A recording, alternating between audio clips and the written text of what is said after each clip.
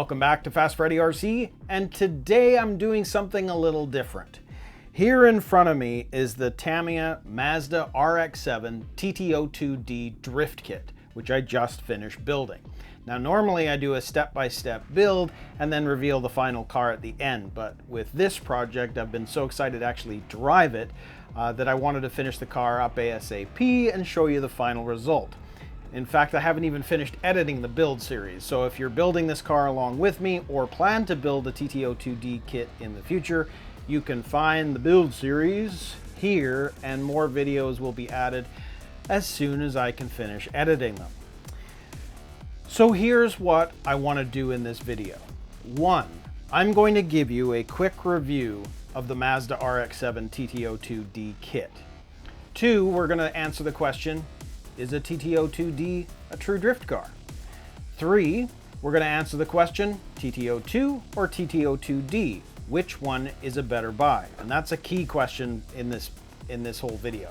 I'm going to show you what you need to do to turn your TT02 into a TT02D and vice versa. And lastly, I'm going to show you this car in action, as it's just one sweet ride. Okay, so let's get on with it. Tamiya released the TT02 chassis back in 2013, and here's my original 2013 TT02 Gazoo Racing TRD 86. And most new touring cars that Tamiya come out with are released on the very chassis even today. Why? Because it's beginner friendly, and you can upgrade the car to your heart's content to make it perform exactly as you need it to. There's a lot of variations of this chassis for sure, but today I want to focus on the TT02 and the TT02D, Tamiya's drift car chassis, which actually came out just 1 year later in 2014. Now incidentally, there hasn't been a new kit produced on the TT02D chassis since 2018, but I think we might be answering that question in this video as to why there isn't one. So let's just continue, shall we? As you can see, I've not gone box art with this one. The original Fast and the Furious is one of my all-time favorite car movies, and we first get introduced to Vin Diesel's character, Dominic Toretto, driving this tricked-out Mazda RX-7. I wanted to replicate that with this TT02D, and as much as it's not an exact replica of the car, obviously it didn't have the gold wheels in the movie, I'm super stoked at how this has turned out, as I really love the look of this. Looks so cool on the road. Anyway, the Mazda RX-7 kit was just too much fun to put together, and having bought a number of hop-up items to add to the kit along the way, and again I'll be showing you soon, it just felt like I was putting together a real performance car. And once the body was finished and I added the disc brakes, which again I'll show you a bit later, and the Yeah Racing drift wheels, which you can see here, this kit just looks incredible. Now if you're a beginner or a seasoned hobbyist looking for an easy to build kit that comes with a lot of the extras, this kit has it all. Now, having said that, I've built a number of TT02s over the years, and I was most excited to see what the differences would be in building a TT02 versus a TT02D. But there wasn't any. That is correct. There wasn't any. The chassis build was pretty much identical. So I had to ask myself a question. If the TT02 is basically the same as the TT02D, is the TT02D really representative of a true drift car? Well, in order for me to answer that question, I decided to do a little research on the subject of drifting as a whole. So first off, a question for you. Do you think the TT02D is a real drift car? If you said yes, then you're wrong. Why is the answer no? Well, to answer that question, I refer us to the guys at Torque Motorsport talking about full-scale drifting, who said, can you drift all-wheel drive? The answer is no, for 90% of the time. All-wheel drive drifting requires an insane amount of horsepower on just normal tarmac, and stock ECUs treat any sliding on all-wheel drive platforms as problems and almost always direct most power back to the front wheels, which often or not creates more understeer than oversteer. which makes sense, considering all professional RC cars in the drift category are two-wheel drive, rear-wheel drive cars. In fact, the price points for true drift RC cars can reach prices of over $1,000 USD just for the chassis. Oh, and just on a side note, if you're really interested in buying a true drift RC car, I found that the MST RMX 2.5 1/10 two-wheel drive brushless RTR is one of the most recommended drift kits out there. And A-Main, for example, sells them for $399.99 USD and Canada Hobbies for $538.99. Oh, and on the MST car, take a look at the steering angle.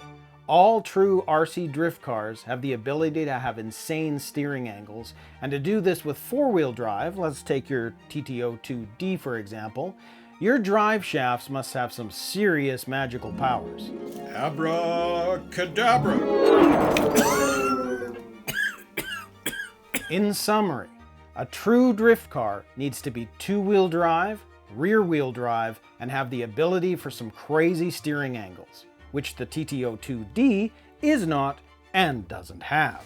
So, if we now know that the TT02D isn't a real drift car, then if you're thinking about buying a TT02 or a TT02D, it's got to be just for fun, right?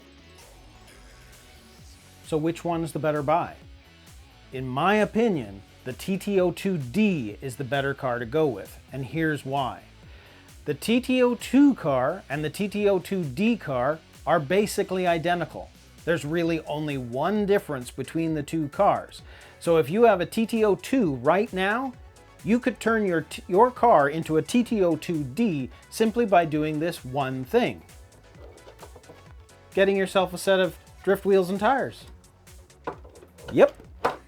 At its core, there really isn't anything different between the two kits.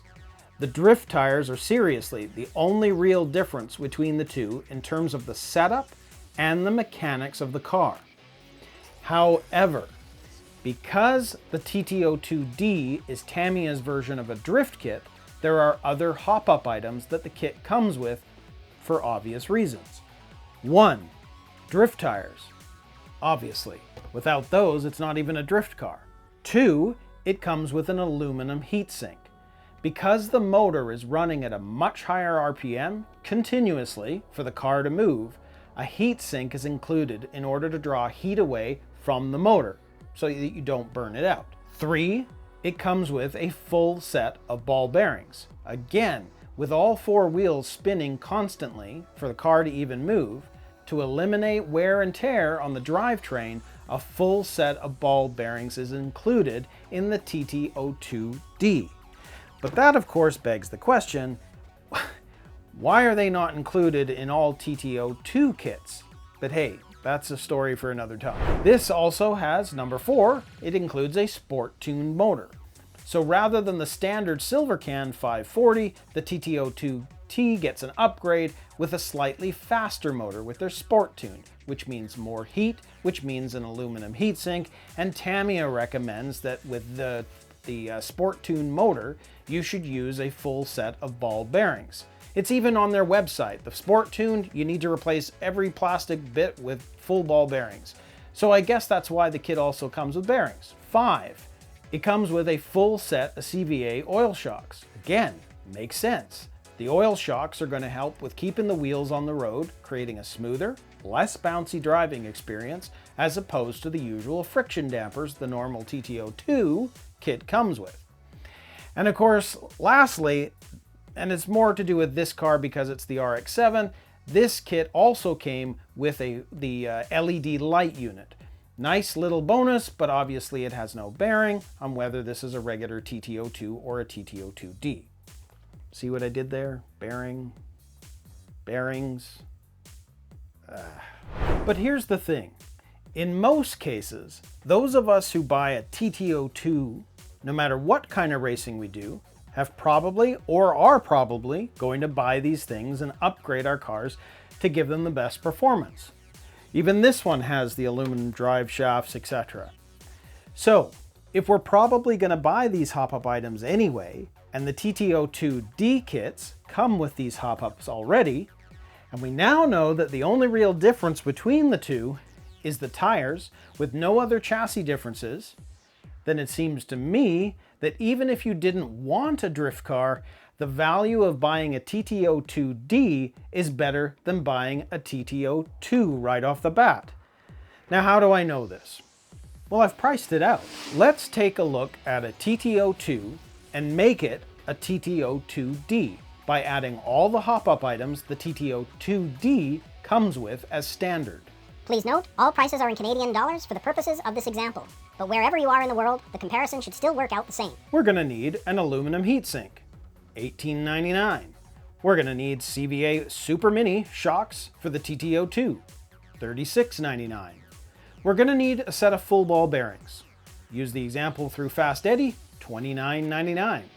We're going to need drift tires. Now the Tamiya tires come in a set of 2, so they're $24.99. We need 2 of them, so $49.98. We're going to need a Sport Tune motor, $27.85. And now this all adds up to a grand total of $163.80 before taxes. Now, let's add this total to, let's say, the new Toyota Celica kit that just came out selling for $149.99.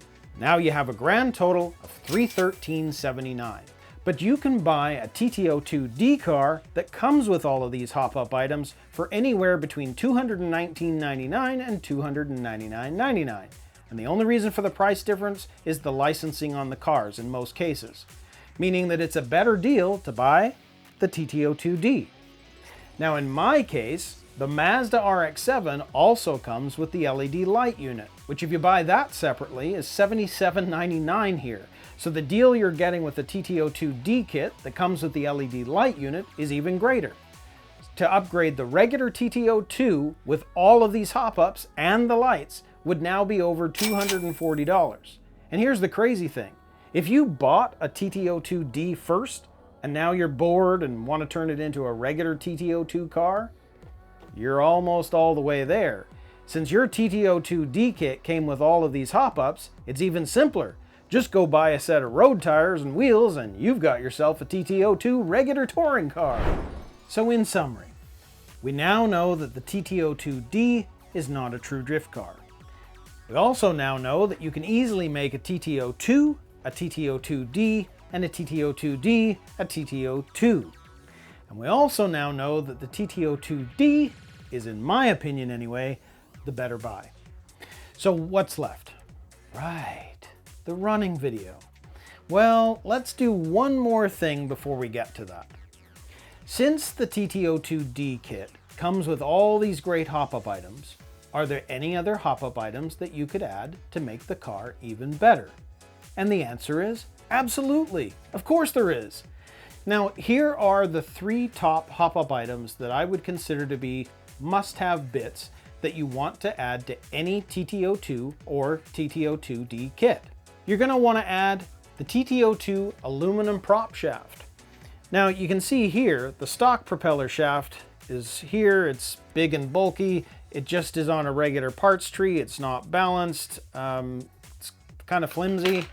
The aluminum prop shaft is perfectly round, smooth, and well balanced. So your car is going to have smoother operation just by adding that one item. And of course, if you're going to add the aluminum propeller shaft, you're going to have to add the TT02 aluminum propeller joints.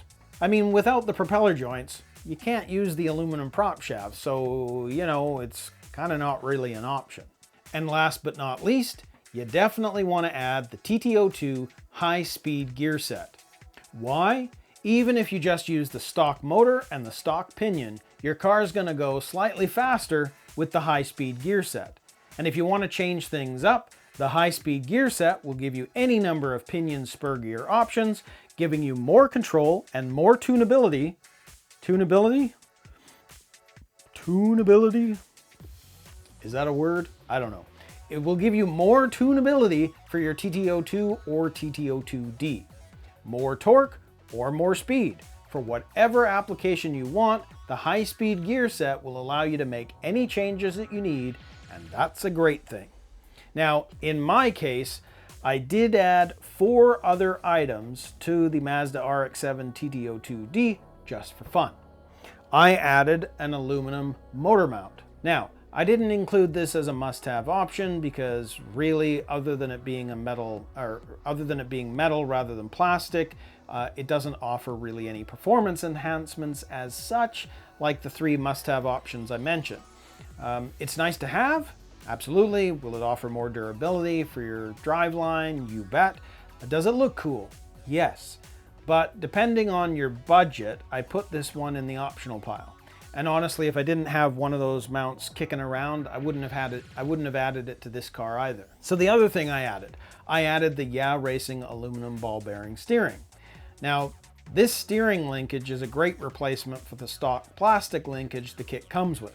It's super cool looking, runs incredibly smooth once attached to the car, so overall it should offer you more durability and smoother steering operation, and so far that's what I've found with the kit. The other thing I've added is red metal disc brakes. Well, these were just too cool to pass up, and they're not included in the unboxing or when I was showing you how I was going to build it, because I actually found them by accident on Amazon, and they come in red, blue, or silver, and they just look so much better than the plastic hubs that the kit comes with. And there's even holes in the actual brake rotors for added realism. So these are definitely a cool item to add for any TT02 or TT02D kit, especially if you have the open wheels. I also added the Yeah Racing Spec D wheel tire combo.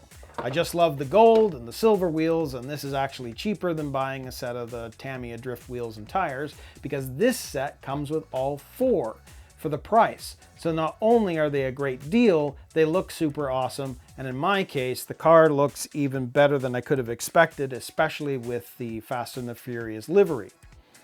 So yeah, this car was incredibly fun to build. I really enjoyed adding all of these additional hop-ups just for the cool factor. And again, as to the question, TT02 or TT02D, which is the better buy? I'm gonna say it again. In my opinion, the TT02D is definitely a far better buy because you get a lot of the hop-up items you'd want to buy anyway for your TT02, and by simply buying a set of road tires and wheels, you get to have a TT02 as well. So you get a drift car and a road car, which is awesome. And to have both just by switching some tires out seems like the best of both worlds. So, in closing, since the TT02 has been out since 2013 and the TT02D has been out since 2014, another interesting question is, will we see a TT03 chassis in the near future? Kind of feels like it's time for an update. Or will we see a true drift chassis from Tamiya anytime soon? Now, quite frankly, on that one, your guess is as good as mine, but I'm not actually feeling that hopeful. It's not really where they're going with their cars. That's all right. All right, let's get to the running video. Now, please do like, comment, and subscribe if you enjoyed the video, as it all helps to grow the channel and allows me to keep creating more and more content for you. So, TT02 out of the way.